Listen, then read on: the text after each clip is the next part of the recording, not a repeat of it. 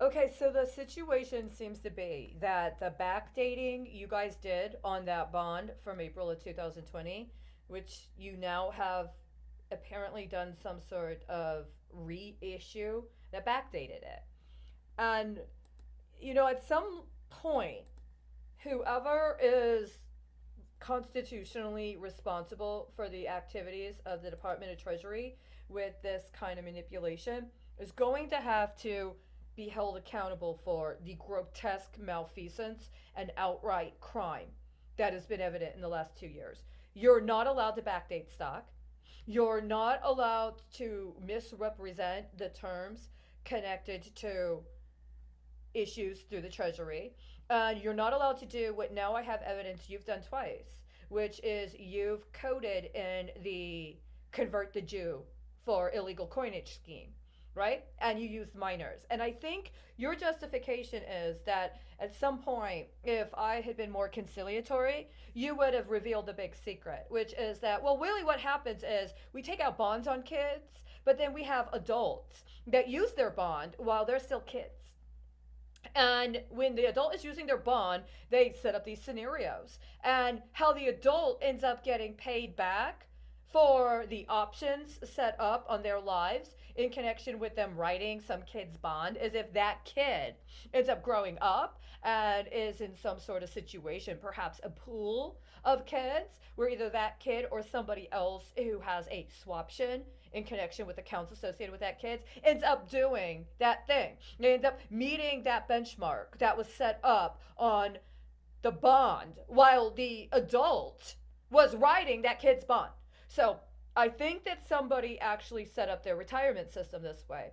And they set up their pension fund system this way. So that when you're younger, you're doing things, including up to potentially taking vacations if you just have a regular job. Or if you have like one of those really exciting jobs, like in politics or maybe the law or maybe even in entertainment. And then you got some really big event, like you meet somebody really famous, or maybe even there's an accident or something, that there's options that are set up. There's benchmarks set up with those time frames. And if you're in politics, especially if you want to be in politics, then there's big benchmarks like treaty signings or having to address an emergency response or relief effort. And so you as an individual have any number of bonds that are writing out in you doing what you're doing that are actually connected to literal kids. And so the point is, you expect at some point there's like some proving ritual. And this is what I apparently failed when I tried to go to college. That there are progressive buy ins you make over the course of your life into accepting the fact that you were pimped from the time you were a kid in one way or another. I'm sorry, you don't like the word pimp. So when you were younger, somebody else borrowed your destiny or borrowed your future or borrowed things connected to your life. And I believe this specifically got institutionalized with the Trust for a Drug Free America, the Youth Trust for a Drug Free America. And what ended up happening is there were people that were literally doing drugs and were trafficking drugs. And one of the ways they tried to justify being able to get away with it is they borrowed on the futures connected to actual children that were qualified for that trust. And they did drugs themselves, which means they set up benchmarks connected to those drugs, or they made drug deals themselves. And so the understanding was that those young people who actually had the kind of caliber, the quality, or certain indicators of their life that were very valuable at the time to those political opportunists would then be put into a situation as they were growing older where they were supposed to be inculcated into a sort of loyalty, and that loyalty came with demonstrations of loyalty. And if you demonstrated your loyalty, then you got a return. And part of that would be social mobility or some sort of political mobility or some sort of political capital accumulation. And then it was as if when you showed your self or when you actually participated and you did something you did yourself, then you would be acknowledged for what you did. But you had to pay off what somebody else had set up on your life from when you were a kid. At various stages, you had to make that buy-in, more and more of the buy-in. You had to make, and it's a soul buy-in, but it's also a practical conceptualization of material and political capital. And so you have to keep going and keep going. And at certain stages, you get like what I call the proverbial child's vagina in your face. I'm throwing a child's vagina in your face. What are you going to do about it? And at some point, you know, the trauma of you having to accept, oh, that's actually my vagina, right? When I was a little kid, they did that to me.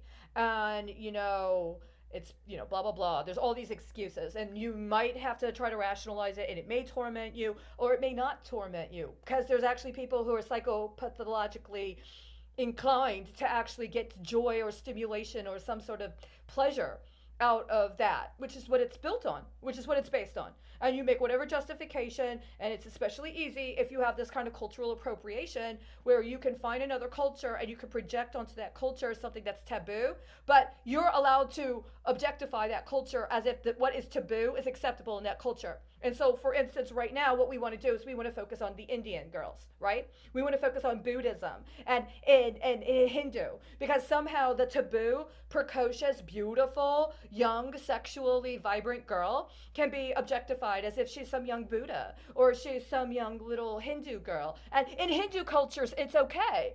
And in Buddha culture, that's okay. You've been doing this for several years, right? You have. You have.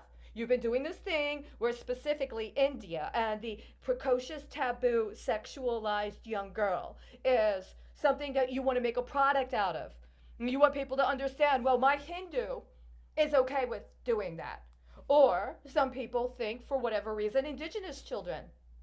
That, you know, indigenous people and indigenous children have very precocious, active sexualities, including when they're young. So it's their indigenous side. And so, you know, when when you're indigenous, you're kind of savage and you're kind of wild, and it's part of their culture to be really sexually active and really sexually precocious when they're that young. And that's okay. So, you know, it's just part of, you know, acknowledging their culture. Their culture is to be very sexually precocious and to be able to objectify and even sexually access a child. And so this is part of how colonialism works. And this is part of how, you know, imperialism has been able to attempt to colonize other cultures by projecting onto them this sense of, well, you are taboo for yourself. Who you are and your authentic expression of self is taboo. But once you've given it over and relinquished it to us, and we've been able to purify it, then you may be able to have it back in some civilized manner. You know, you've got history, you got over 100 years of the British brokering treaties that they later turned over to the United States to, you know, be the facilitators of, that demonstrate this kind of paternalism, right? That demonstrate this kind of like, well, the elder man is going to show the younger man the ropes with how to handle the savages, including the savage ladies. And if you're a sophisticated young woman, then you have to understand it's like, even if you're going to law school, and even if you're going to business school, it's still like you're in one of those finishing schools. You know, like how in the days, baseball for men was about competition, but for women, it was about health.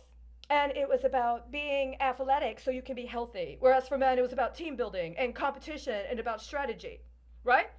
And so it's one of these things, we're still playing out the same dichotomy.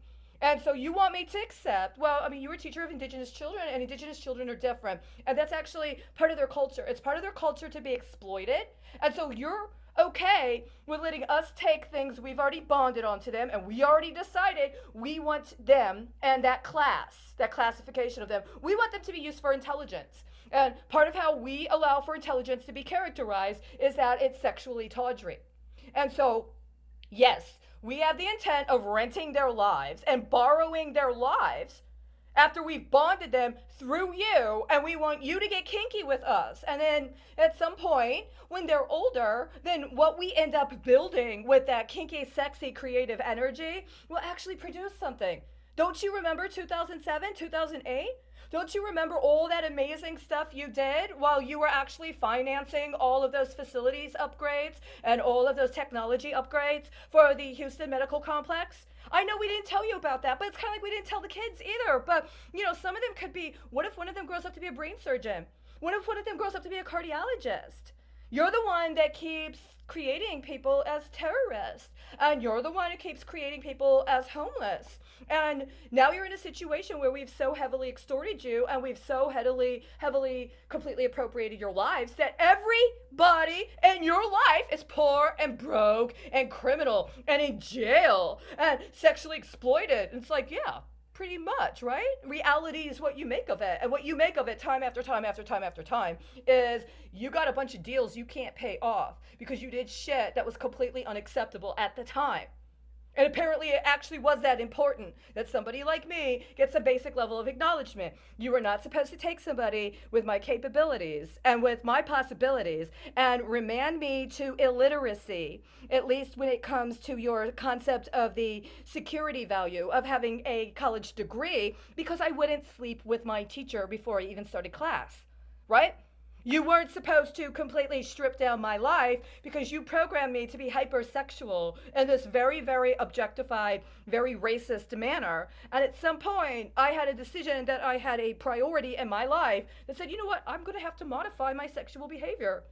And then I ended up finding out that you were intent on making a lot of money on my sexual behavior. And my whole thing's like, you know, even if there was something legitimate about making money on my sexual behavior, I don't want you to have it.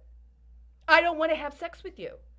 And if you created a situation or an economy where there's all kinds of economic values that are based upon my sexuality and my sexual energy, then I don't want you to have it.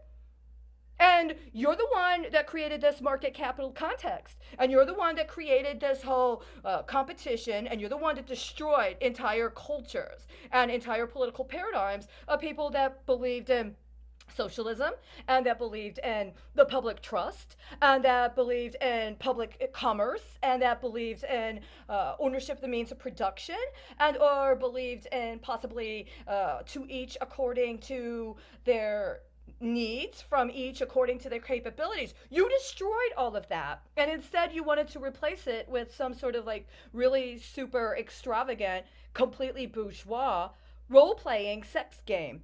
And you want to be able to rent out the beautiful, amazing energy and innocence of young people to do that with. Here's the problem. You guys have not paid for Houston. You guys have not paid for those bonds in 2006 through 2008 that were taken out in connection with the upgrades, including the facilities upgrades to the Houston Medical Complex. That includes that biomolecular research center. That includes that cardiology center. That includes that center for neuroscience, right? I mean, a lot of really amazing things happened. And then you decided to use directed energy weapons on me so that then you could go make me a loan to the Asian Museum in San Francisco while I was presumably receiving medical treatment. And you haven't paid for any of that. You have not paid for any of that. And it would be completely irresponsible for me to subject anyone at any age to more financial obligations when you have not already acknowledged and taken responsibility for the outlays you committed to when it came to healthcare. Do you understand? I mean, you may be right? Because I tried to go and teach again, and that school presumably had a lot of heavy and very serious investment in the Honduran medical sector. But the problem was that you were going to allow for people to try to roll over the defaults that they had acquired in connection with the Houston Medical Center into whatever they were setting up in Honduras, right? And I know, we're in a very, very precarious situation, right? Because of the Zika and the chikungunya and the yellow fever and the malaria, right? We don't really want to talk about that because the truth of the matter is the medical need when it comes to responses to things like that in Honduras is very different than it is in Houston.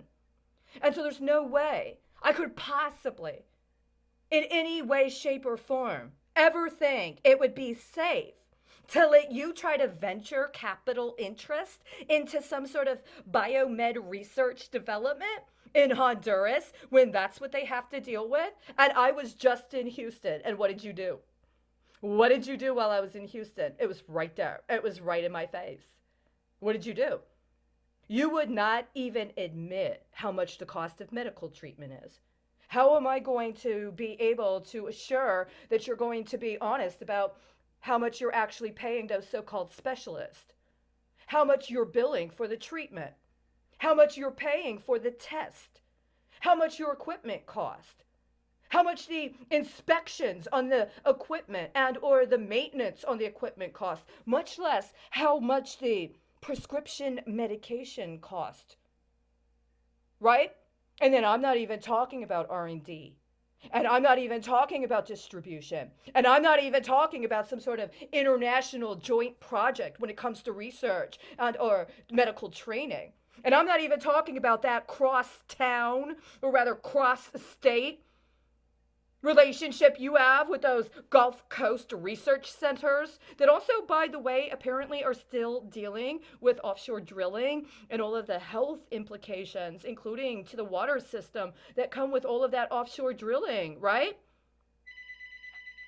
Are you finally calling? Are you finally calling? You see, we have a lot to talk about before I'm ever even going to let you look at one of them without... I'm going to take this call now.